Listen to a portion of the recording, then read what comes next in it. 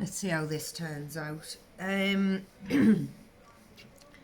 So yeah, this is how to start off a jumper for your noodle-legged pointy nose. I use a chunky wool. I'm doing quite a nice purple today, actually, which will be for the big dog. So yeah, this is how I started off. Simple slip knot.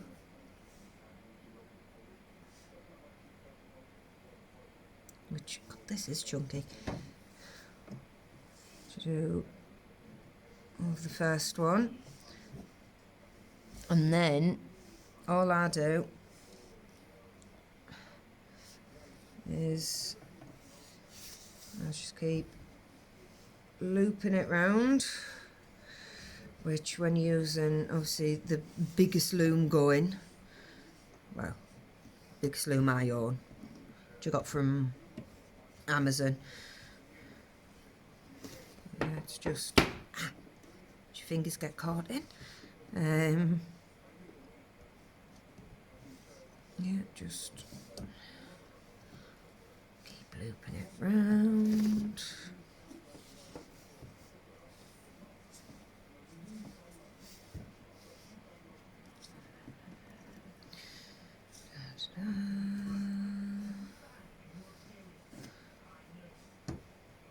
So not used to doing it on the flat, because I tend to hold it up like that when I'm doing it, so it just makes it easier for me. But obviously for the sake of the video, so it can be seen,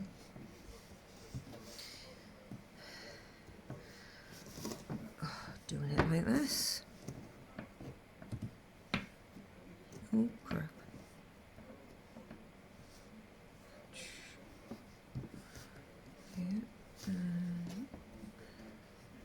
Ah, you buggerlugs.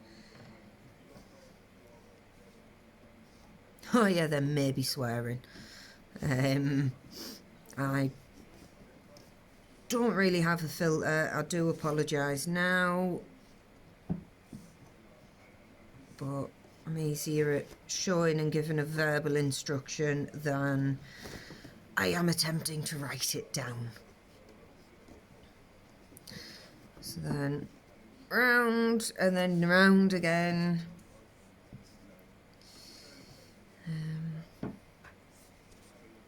Oh crap. So yeah, round again, round again. I mean, it all depends on how quick you are at using a loom. If you've just started this and you've not got much time, it could take you a week. Or if you're like me and you work somewhere where you've got sort of like a good 45 minutes between what you have to actually do, it could take you a 12-hour shift.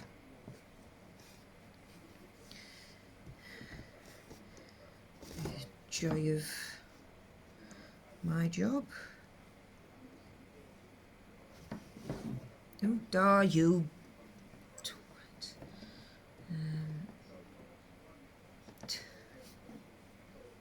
I can do this, I swear I can. I mean, at the end of the video there will be sort of like, you know, put some pictures on of jumpers I've made previously being modelled by the lovely Luna, and then maybe some of Big Dog wearing his. I should say Luna's old ones that have stretched due to me not washing stuff properly.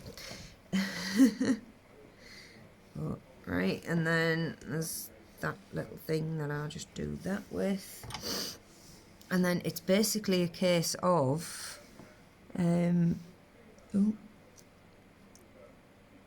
actually tying a decent slip knot. So I'll repair that in a sec. All you do is again, I will sort this out. Yeah, try not to do it too tight, like I have. But that over there, and then you just go round the full thing doing that. And you do, or what I do, I should say, is 4 rows of this, and then I will show you in a sec once I've yeah, sorted mine out, because I'm rubbish at it. Right. So yeah, I was cheeky enough, went ahead, so I'm onto my 4th row now. But yeah, it's just loop it over, bottom row, looped over the top one.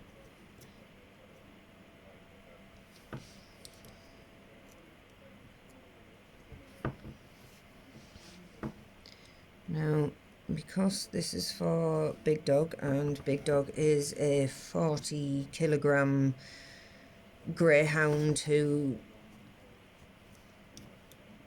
I swear he isn't pedigree greyhound, I swear he's crossed with sort of like a giraffe and a shark and, you know, quite a few, kangaroo. I'm having to do quite a loose knit,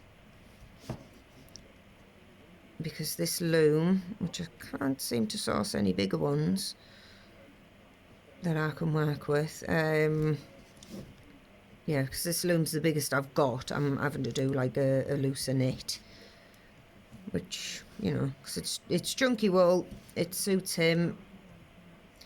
He only wears them on a night when we're too stingy to put the heating on. So this is basically Big Dog indoor jammies. Yeah, just go round and round and round. I swear this probably will give a repetitive strain injury, but it's worth it. Cool looking jammers and a very warm Big Dog. Right, oh, nearly.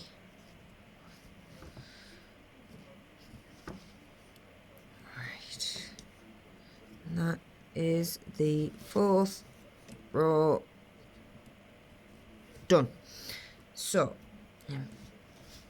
just push that last row down to sort of like halfway down the pegs, the bottom of the pegs, whichever. And then comes the fun part of these bottom bits.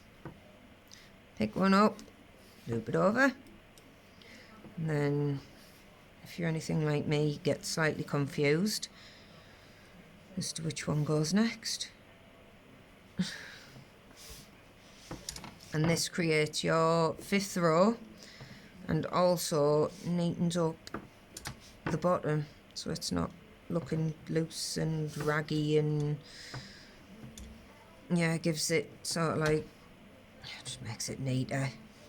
And then there's none of these loops to get caught on cupboard handles, feet, toys.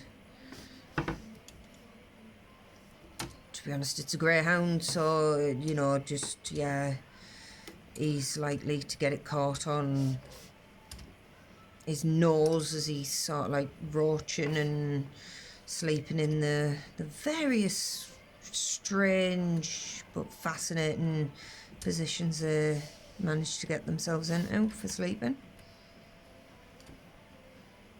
I'm definitely part gymnast. Actually jealous of his flexibility.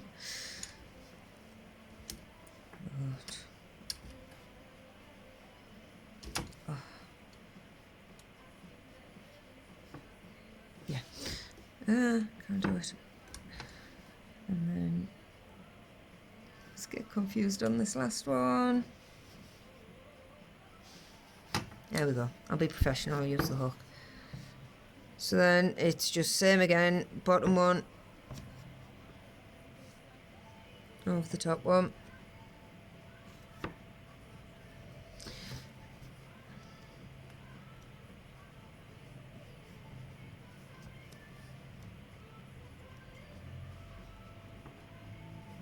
And as you can see, it creates this really nice little sort of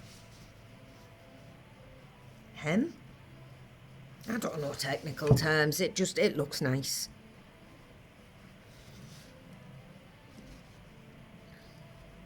Oh yeah, I forgot to say, for this you'll need 3 different sized looms. Oh, I'm so good at instructional videos. That's why I do security and I'm not a teacher.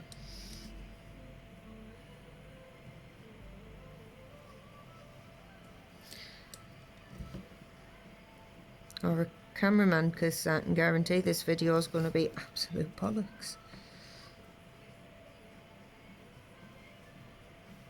Yeah, bottom loop.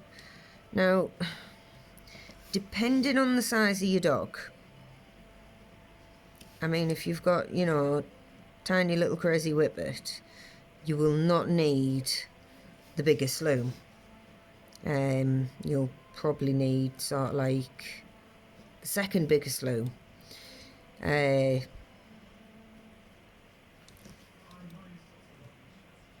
Or you could use the biggest loom and use a different sort of knit on it. Because the looping it round the peg creates sort of like a square, like a gap, which, you know, it suits my big dogs. I say big dogs, it suits big dog. Because he, as much as he needs a pair of pyjamas on a night, because like I said, I'm a stingy bugger and I won't put the heating on, he is a warm dog naturally, so he can and will overheat quite easily.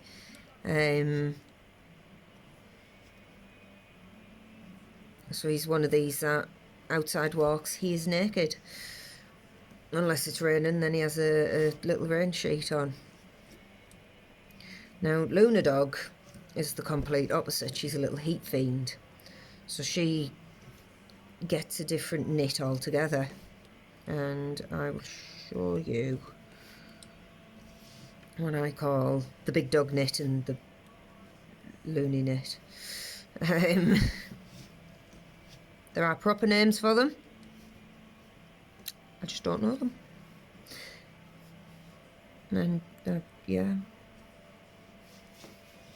Don't really care. Oh, did I loop 2 over there? I did. How the hell have I done that? See, me getting confused. It's that one. Right, so the loony knit, as I call it, you go straight over. Ooh. Yeah, and I'm not even on the camera. Yeah, so you loop it over the thing and then you just, yeah, over this part, and that creates a tighter, thicker, warmer knit. But for the sake of big dog, I do this one. Nice and gappy. And then, yeah, it's just bottom one loops over top one. Now this knit, or this section, I should say, not knit, section. There we go. I'll remember my words. I mean, it's sort of like 8 AM and I've only sort of not long since been in work. Yeah, you just keep going around the full loom for pretty much the length of your dog. So you'll go from wherever you want it to start, either top of the, like, base of the tail, or hanging over their bum a little bit, because that's how I like them. Covers their baldy butts. So you do that, start there, and you basically keep knitting until you get to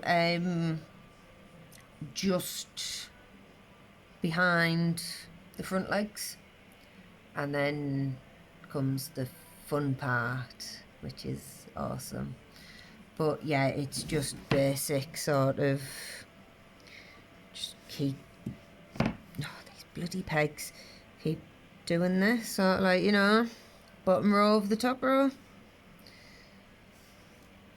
I mean, I don't normally get the solid colour wool. I tend to go for sort of like a wool that's got 3 different colours in, and then it creates these awesome patterns which changes. You shift from loom to loom. But yeah, so that's how you started off, and obviously continue it to just behind the front legs. So I'm going to leave it there because I'm starving and I want my breakfast. And I'll be back with another video for when we're doing the leg holes, which is where it gets fun and complicated.